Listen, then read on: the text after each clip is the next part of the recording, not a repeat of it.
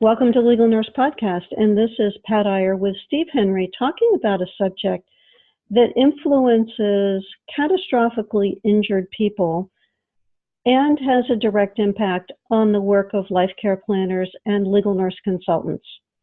Steve has vast experience in home care, durable medical equipment, adaptive seating, and complex rehab technology, and that technology seems to be changing and improving all the time. He focuses on mobility-related injury prevention with catastrophic cases. Steve, welcome to the show. I'm so pleased you had a chance to be with us today. Thank you, Pat, for having me. It's a real pleasure to get to speak to your audience. Tell the people who are listening about your qualifications regarding long-term mobility use. Well, as you mentioned in the opener, I have extensive experience in just about every post-acute care setting that there is. I've worked in home health, taken hundreds of clients out of various hospitals from Las Vegas to Southern California. I've worked with respiratory, I've worked with wound care, infusion, pretty much everything. Durable medical equipment is the largest extent of my history. And then for the past 12 years, I've focused on mobility, and that is, as you mentioned, I'm an ATP and an SMS, which is a fancy word for a wheelchair guy. But I also work with adaptive automotive, which is, transport of people with adaptive needs, whether that be adaptive driving controls or wheelchair accessible vans and everything related to that. Tell us what ATP stands for.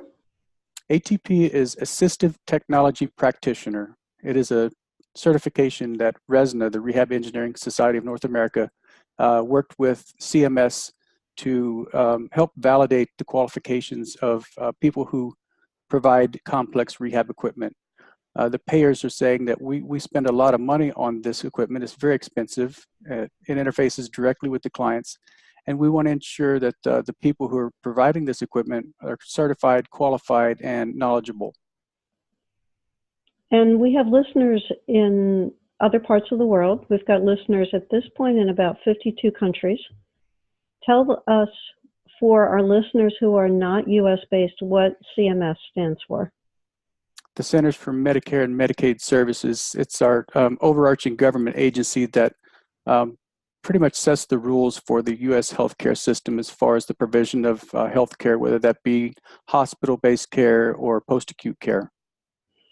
And then you used another abbreviation, SMS. What does that stand for? I apologize. SMS is another certification and a further extension of the ATP. SMS stands for Seating and Mobility Specialist. It is a certification in and of itself, and it's more or less a master's degree in the provision of wheelchairs and seating. Assistive technology covers a vast array of things, from augmented communications, interfacing computers, anything that is adaptive. It could be a mobility device. So the ATP is a generalized certification that says you're qualified to discuss assistive technology with a client. As with nursing and any other profession, ATPs may decide to focus on pediatrics, for instance, or they may focus on adults. They may focus on augmented communications or other home modifications. So the SMS is just really a drill down on seating and mobility. It's not just a general ATP certification, it's an extension of that. And Steve, when I think about wheelchairs, and I put this in the context of an international audience, I had an experience in 1972 in India when I went to visit my husband's family for the first time. We got off the plane, we walked through the parking lot, and there was a beggar who was dragging himself by his elbows with his hand out, and his legs were paralyzed. And in that instant, I thought, I'm a nurse. I always assumed that people who are paralyzed had wheelchairs. And that confrontation in the parking lot with this beggar made me realize that for some parts of the world, it's a luxury to have a simple wheelchair, much less the ones that you're describing, which are much more elaborate, can be electronic. And I just want our listeners to think when we're talking about wheelchairs, we're not talking about the wheelchairs that, and correct me if I'm wrong, the wheelchairs that are in hospitals that people are pushing people from department to department. We're talking about something that's much more fitted and unique for the needs of the person who's never going to be able to walk out of that wheelchair. You're exactly right. The Americans and Europeans, for the most part, are really blessed that we have advanced beyond what we see in some of the South American nations and some of the poorer nations, the third world countries. I have clients who will save up their money and they will fly to Las Vegas, or they'll fly to meet me in Southern California with their family, and they'll spend 2 weeks just to get what they need, because they say, oh, Steve, don't, you can't ship it to me. I'll never get it. You know, customs is, you know, they're corrupt. It's too valuable here. There are countries where there are no wheelchair providers at all. And so those who don't have the means to go to Europe or come to the US, they just do without. There are many organizations that are that they're designed to bring all kinds of donated wheelchairs, and they set up seating clinics, and they'll go down there for 2 or 3 weeks, and FedEx or UPS will contribute to shipping containers. And so we try to help these people as much as possible. Well, we certainly are blessed here in the US. So the wheelchairs we're referring to are exactly what you described, fitted orthotics, essentially, as closely matched to the body and the level of function that the client has, so that they can be as independent as possible. And for those people who come to you to be fitted and are concerned about the corruption, how do they get that wheelchair back into their country after you've created it for them? They fly it on the plane. That's the only way. Honestly, that's the only way. I mean, I've had clients from Brazil and all over the South America who, you know, and they even offer to fly me there. They say, fit my wheelchair. And then when it comes in, because I can't wait the month or two it may take to get it developed, they would fly me down there with their wheelchair on the plane to make sure that they got it. It's pretty interesting. So then it becomes checked luggage, I assume. Exactly. Interesting. They figure out a way to beat the system. Wow. All right. So let's think about when somebody has a need for the type of equipment that you supply. How do they find a person with your background to assist them? Well, when we're talking about the catastrophic cases, they're primarily managed in larger rehabs, national rehabs, you know, Craig Hospital, Rancho Los Amigos, TIR in Houston. They're all over, Rick in Chicago. So those are very developed rehabs. They're very comprehensive rehabs. And so they start preparing that client from the date of admission to have all of the necessary equipment they need to go home. And they only work with, you know, qualified and certified ATPs to provide this equipment. Many of the manufacturers won't allow someone who is not certified to even order this equipment, because they understand, you know, the gravity around this, and that you have to know what you're doing, because clients could be injured when someone who doesn't know what they're doing provides something that's really complex. Tell us about those kinds of injuries. I wasn't aware that people could be injured. In what ways can they be affected? Many injuries are just caused by benign neglect. You know, a client goes to a rehab, is fitted, and at that time leaves the hospital with what best fills their needs at that moment. But as we see, people progress and they regain, you know, function and various levels of abilities over the next several months to a year, year and a half, and their needs change. Some people progress, some people decline. And so if you don't see that client within, say, 3 to 6 months after discharge, and make sure that they are not already, you know, digressing or moving in a negative way with bad posture that's going to lead to a postural deviation that we can't fix in 2 years. People can be injured just by having the wrong seating on the chair, having the wrong backrest, having the wrong cushion. They can be injured by manipulating or propelling the wheelchair in a manner that's not best for their shoulders and their hands. They can be injured by transferring because someone maybe didn't assess a transfer that, you know, needed some adjusting in their home or to a vehicle. They try to do more than they should, and they end up falling in the parking lot between a car and the chair, or any number of things.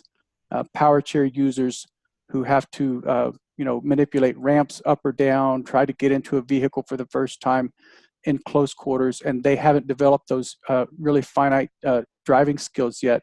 They can fall off the side of a ramp, they can smash their foot in the door and cause real damage. So there are many injuries, but the ones that I try to address primarily are the chronic needless injuries like the shoulder injuries and the pressure injuries. I can think of a couple of cases that I worked on in which the attendants did not strap the wheelchair down inside the vehicle, and then they were either in a car accident or they went around a sharp curve, and the centrifugal force pushed the person out of the wheelchair and resulted in injuries. Now, I know that's not a wheelchair issue as much as it is a transportation issue. Well, Pat, it can be a wheelchair issue, because if you do not consider the wheelchair in the larger context of that person's life and all the environments they have to encounter and operate in, then you can send them a wheelchair that is not designed to be properly strapped down. It's not been crash tested in a vehicle. And so, you do have to understand what all is involved. It's more than just a wheelchair to get from point A to point B. Like I mentioned earlier, it's an orthotic, and it's almost an orthotic for life. This chair is with them everywhere they go. They can't get rid of it. So in the bathroom, in the vehicle, at the doctor's office, at the local grocery store, at the baseball game with the family, these chairs have to operate in all these different environments. There are resources out there to ensure that you are getting a product that is designed and tested for what it's going to be used for. RESNA, R-E-S-N-A, the Rehab Engineering Society of North America, has developed standards and practices and qualities that wheelchairs must have in order to be useful in a vehicle and be safe in a vehicle. NMEDA, the National Mobility Equipment Dealers Association, they govern all of the adaptive equipment manufacturers and the tie-down securement products that they make. That's the nmeda.com and resna.org. Those are two great organizations anyone can go to and find volumes and volumes of testings and standards and the things that they should be looking for that their client should have. A couple of thoughts have come up to me.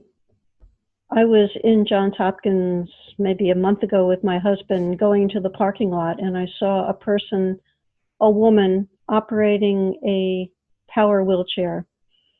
And this wheelchair was coated with dust and dirt. It looked like the seat was worn away. The armrests were shabby. And my general impression looking at her was that this was a person who was very poor, who was not able to maintain or replace this wheelchair. What kind of routine maintenance or plan to change wheelchairs should be in effect to prevent something, obviously for this woman, essential for her mobility, but at risk for breaking down? Well, that gets to the heart of a large problem we have. The U.S. healthcare system is based on reactive, not proactive. We have an injury, then we can treat you. But as far as being proactive, not many of our healthcare entities, consider this. So for that person you're discussing, she probably doesn't have a maintenance plan. No one is looking out for her. They will come when she calls and says, "Hey, my power chair is not working, it's broken." But by then, a lot more damage could have been done to the power chair or her. So it's my goal to try to enforce or institute a mandatory new standard of practice where, when you're issued a wheelchair and you're a permanent wheelchair user, you have to be followed. You have to be seen. It's going to be an individualized, kind of program where not two people are the same. So some may require a little more attention than others. It may be an annual evaluation and follow-up for some, but for others who are more complex or have certain issues, we might see them semi-annually, because we understand the cost of prevention is so much less than the cost to treat or fix something once it's broken. That's the human being and the equipment both. Mm-hmm. Well, let's talk about the broken human being. I always think of pressure sores when I think about somebody who is paralyzed and the increased risk that they're in. Have we solved that problem? Unfortunately, no, not even close. We have the technology to prevent them. We have the technology to heal them. But that little gap of prevention where we see the client and we ensure that the product that they were issued is still the right product 2 years later or a year later or 3 years later, if they're using it correctly, that component is still missing. Shoulder injuries for someone who, they have to have a manual wheelchair because they don't have an accessible van. They can't afford an accessible van. So the only way they can go anywhere with the family, they have to use a manual wheelchair that can be folded and put in the car. That person needs to be reevaluated early and often, because those are the ones who we see needless shoulder injuries for, numerous falls, and this adds to the cost of their care, and it hurts us all ultimately. So, without a proactive evaluation program for each client, we're not going to see a change with pressure injuries or other injuries that are prevalent with wheelchair users. And what do you do if somebody gains a lot of weight, as I see happen to, well, at least I'm thinking of one specific person I know who is in a wheelchair, has been in a wheelchair for 20 years, and he's really large. How does that impact the fitting of a wheelchair or the maintenance of a wheelchair or its operation? Well, as this client, if they were being seen annually, this problem could be mitigated, possibly, whether the physician intervenes and they get them on a program to deal with them.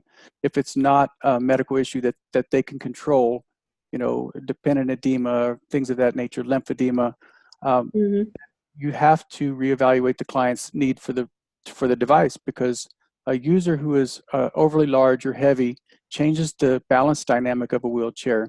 For those who have the really large legs, for instance, those wheelchairs become forward tippy, and you have to be careful with transfers, with going down a ramp, with going down an incline in the driveway, because these chairs will tip forward.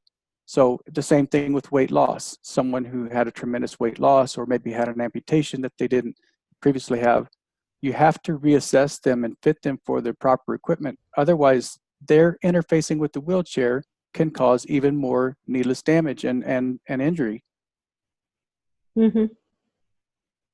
I'm also thinking about a relative of mine who has cerebral palsy, severe. He can't speak, he can't control his extremities, and he's developed progressive contractures of his arms and legs. He's in a wheelchair. And another aspect of this care is that he's at home. His father is now in his late 60s and is responsible for picking up his son and putting him in the wheelchair. And his father has gotten shoulder injuries himself from the constant stress of transferring his son from the bed to the shower chair to the wheelchair. How do all those factors come into play when you talk about contractures and transfer issues when it comes to designing a wheelchair? Unfortunately, some of those, like those with CP, athetoid CP, they do have ongoing changes in their body that neither the wheelchair nor the orthotics doctor can fix. We just have to manage them the best we can. These clients oftentimes need custom fitted equipment, which is such a struggle because they change so rapidly that the payer sources are like, they resist, because they say, we just bought this guy, a new custom backrest and custom cushion, 2 years ago. This stuff is supposed to last 5 years. And so they really are frustrated. They don't want to pay for a new thing. But if the team, the physician, the ATP, the therapist, if they will do their due diligence, they can write up a justification which points to the need for a new wheelchair and what's going to happen if this isn't provided. It's a hard and lengthy battle. It depends on the pay source, of course, but even with the best pay sources, it's a hard, lengthy battle. It's a lot of administrative burden, a lot of evidence that you have to provide to the payers, but you can get it done. by the time it's authorized, you may need another change. So, be careful with that. But yeah, that's just a constant challenge. And then the caregivers are rarely ever taken into account when you're talking about the equipment.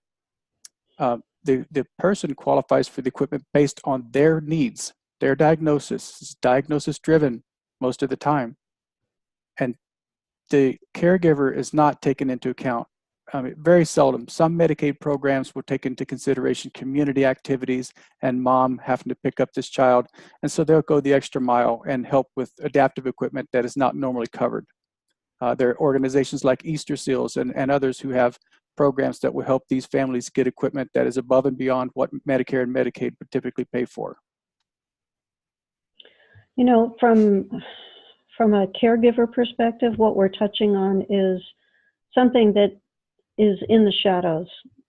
And there's a lot of overlooking of the needs of the caregivers, the caregiver burnout, the repetitive motions, the lifting and the pulling, and the way that this type of catastrophic injury affects the whole family is often not part of our thinking. It's maybe considered, but in a life care plan itself, and we're talking partially to life care planners today and partially to legal nurse consultants, that the respite care is a consideration for families who are involved in those daily, grinding, repetitive, over and over needs of things that have to be done to prevent contractures, to prevent pressure sores. It's a real challenge. And I'm sure you see this all the time when you're interacting with families. Yes, that's certainly true. As I mentioned earlier, the caregivers are not considered in this conversation, but for those catastrophic cases and for something where a life care planner might be involved. They have alternate pay sources, and they're asked to consider what this client's going to need to maintain the best health over the longest period of time. So certainly in these instances, a life care planner or case manager for a catastrophic case should be considering, and I think they most often do. But when you just look at, we're only going to pay for what this patient needs based on the norm for this diagnosis. We don't see the need for a wheelchair accessible van. They can do an assisted transfer. Well, they could do that assisted transfer today, but what about 18 months from now? What about a certain caregiver's not as good at making this transfer, this assistance as another?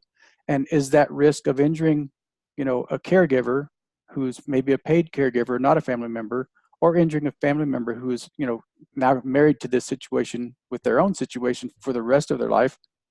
Is it worth that over a few dollars to make sure that, let's mitigate that circumstance completely. Let's give them a wheelchair accessible vehicle. So we reduce the transfers, which are daily almost, and we reduce the risk for injury to other parties. So it is really challenging because the traditional payers of Medicares and Medicaids, they just don't look at this.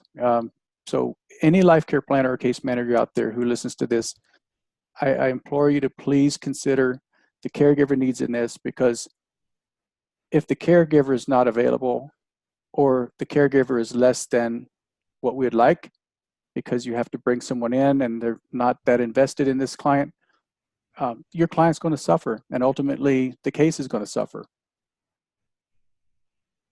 I think you've touched on some really important points to think about in terms of a life care plan. I'll summarize some, and I'm sure I'm going to miss some, but I think you've emphasized the need to not have an evaluation every 5 years, to have more frequent evaluations of the wheelchair and how it's fitting the needs of the person, to take into consideration weight gain or weight loss or contractures and how that changes the needs of the client, in this case, the client being the catastrophically injured patient. You've mentioned having wheelchairs that are safe to use inside wheelchair accessible vans. We haven't really even touched on the subject of the person who's capable of driving, and maybe that car, the needs of the car might be appropriate at one point in their recovery, but does that change as well and needs to be reevaluated? Absolutely. people's abilities change over time. Uh-huh. We're all aging, whether we have a disability, an age with a disability, or we have a progressive disability, or we're quote unquote able bodies. We're all changing. So imagine if your doctor said, well, I can't give you a new pair of glasses because it hasn't been 5 years yet, so just get by, and you have to drive to work every day and your vision is compromised. You can think of many examples of this in life. So yes, the adaptive driving evaluations, in my opinion, based on the annual evaluations, you're going to get flagged for things. It's like, this client's no longer able to make that transfer safely. So we need to transition from this modified vehicle with hand controls to maybe an accessible vehicle so that we reduce the risk of injuries. So, the cost of a van compared to the cost of a hospitalization and a wound and several months of rehab is a drop in the bucket. So, I think sometimes people look at the cost of something and they go, well, that's an awful lot of money, but they just don't consider what's the cost of not doing it. Oftentimes it's much more expensive. And, I think that came out when we started talking about the NEVER event in the United States, probably about a decade ago, putting in the perspective of what does it cost to prevent a pressure sore versus what it costs to treat it. And a number of other types of injuries like air embolism and falls and kidnapping of infants from children, all of which happen in the United States. If we focus on the prevention piece that you're emphasizing, it's very clear that that's a small investment compared to the weeks and sometimes months that it takes to treat pressure sores, especially in this population of people who cannot be off of their sacral area or their heels to try to protect them. What does it mean to prevent that injury versus treat it in terms of dollars? So that's a great point that you've made. Well, thank you. I have a quasi-documentary of my clients and them speaking in their own words, the trauma to their lives and the cost to their families or to their insurances of their history of wounds. And it's just astounding, the stories that some of these people can tell you. And, the tragedy is some of them told me, well, Steve, when I was in rehab, they told me, well, you're a spinal cord injury. This just goes with the territory. You're just going to have to live with it. And that breaks my heart. That's certainly not true. That's not a true statement. And to have that kind of attitude and defeatism is just not, it's not something we should encounter in healthcare, especially in this day. So I'm not sure what it's going to take to get people to really realize that, one wheelchair and seating system may cost a little bit more than we're traditionally used to paying. But if we go out 18 months or 2 years and we find that the client is still healthy and they still look good and they're still functional, maybe it was money well spent, because you can take that and contrast it against a client who you did provide the old-fashioned way. And you see, okay, well, yeah, this guy's going in for injections into his spine for retractable pain. Both of his shoulders are gone. He's on medications, and just add up the bill of the cost of monthly pain medications and going to a physical therapy and going to a doctor for pain. A few $100s or a few $1,000s difference in a wheelchair is a drop in the bucket compared to the long-term effect of that slow drip of money going out. You've made some great points today, Steve. How can our listeners find out more about you and the services that you offer? I'm on LinkedIn. I'm not really big on social media. That's not my generation. So my company is Design Mobility Specialist, and I'm based in Las Vegas, and I cover Las Vegas, Southern Utah, Northern Arizona, and all of Southern California. And you can reach me at steve@designedmobility.com. or my cell phone number is 702-580-1445. And can you give us your time zone so that you don't get a call at 3 o'clock in the morning? I am in the Pacific, but I have clients from New Jersey all the way to this border. So I'm not unused to having calls erratically placed throughout the day and night. All right, wonderful. Well, thank you so much for being on this podcast. And we really enjoyed listening to you. I appreciate the opportunity, Pat. And for our listeners, please be sure to tune in next week. We'll have a new interview. We enjoy getting your questions about our shows or suggestions for topics.